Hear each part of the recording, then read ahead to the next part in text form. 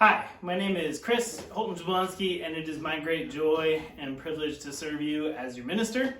And me and my family are coming at you with another one of our From Your Minister Junior editions, where I tell one of my favorite stories, and then we have time for the mailbag. So this story I made up with my 4-year-old daughter, Aaliyah, and it goes like this. Once upon a time, there was a pickle, and this pickle looked a little bit like one of those little fluffy dogs, like a Pekingese dog. And this little Pekingese dog looking pickle was in a barrel with lots of other pickles. And one of his best friends also happened to look like a dog, but he looked like one of those long wiener dogs. One of those long dogs with the skinny little legs. And so they loved being pickles who looked like dogs, and they loved being in this large pickle barrel. Because there was all these other pickles all squeezed in with each other, and they were bouncing up against each other, and they were having pickle parties, and they were having all sorts of pickly fun. Until this one day, when a scooper came in, quite out of nowhere. They had been in this pickle barrel for quite a long time, and it was sort of dark, but they still made their way, and they were having fun. And then all of a sudden, the lid opened up, and a scooper came in, and all of a sudden, all the pickles were being scooped out. And the little Pekingese pickle and his little wiener dog pickle friend, all of a sudden were scooped out into separate scoops. And the Pekingese pickle was poured into a little jar. And it was confused because all of a sudden it was cramped inside with a couple other pickles that, the Pekingese pickle liked fine, but they weren't necessarily his favorite pickles.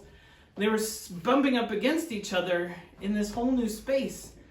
And he was really sad because he missed his wiener dog pickle friend, and he missed what it felt like when all of the pickles were squeezed into the barrel together. And he looked around, and all he could see was the jar. All he could see was the walls closing in on him.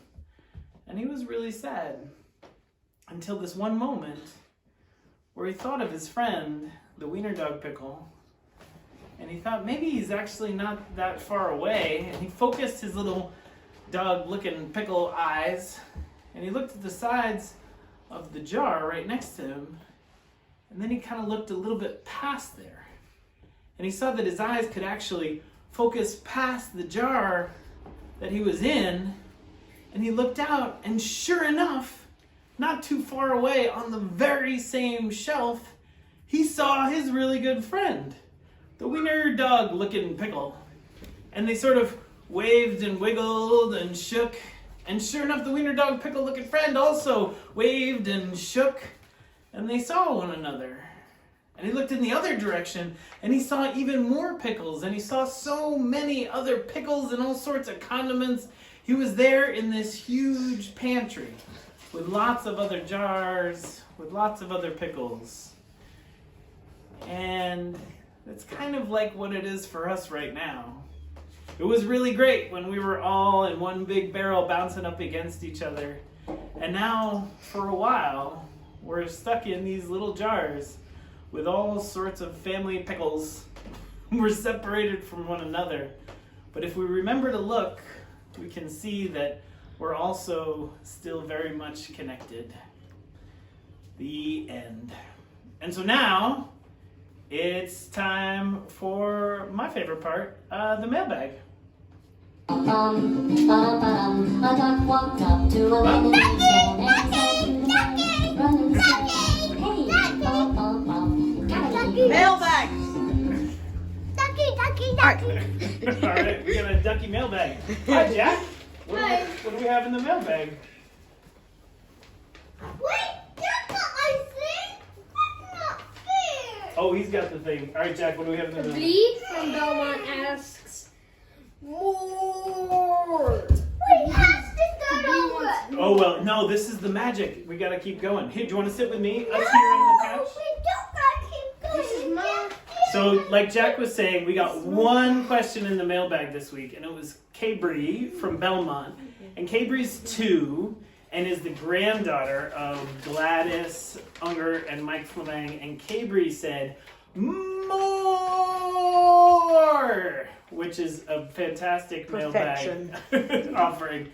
And the interesting thing is, this is a fascinating, weird little moment that we're in. And so part of what we're doing is figuring out how many of these we can do. So as much as I would love to do more and more and more and more, it's also been really nice to do these once a week. And Cabri, you're very lucky to have grandparents like the ones that you have. It's pretty great. We're very lucky that all my kids have 3 wonderful grandparents who love spending time with them like your grandparents do. So the other wonderful thing in the mailbag this week is some of you remember that Kabir asked last week or the week before about what I thought as far as how life came to be on Earth. And when I was answering, I asked him what he thought. And so we have a very special guest star where we're going to hear Kabir's answer back in just a little bit. So do please keep the mailbag questions coming. It's wonderful to hear from you all the time. And know that we're going to get through this, and know that you're held, and that you're loved, and that I'm so grateful to know you all, and so grateful that you clicked.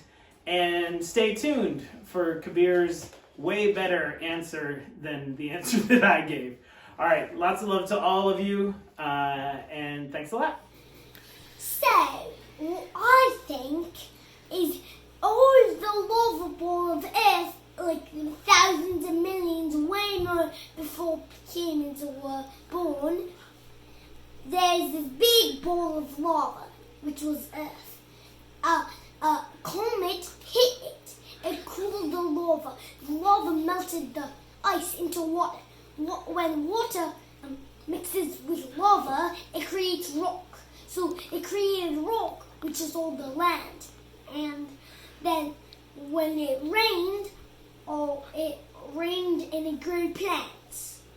Then those plants got bigger and bigger and bigger. Then there's still atoms in lots of bacteria that collected together and created many animals. So let's say dinosaurs and like saber-toothed tigers, and they made and then the meteor hit and destroyed them, but made more atoms that in bacteria that made animals, and then they made humans, and then the animals evolved into humans. Monkeys evolved into humans. Yeah, and that's why I think. How did monkeys come? And that's why I think that's how life was formed. What about the koalas?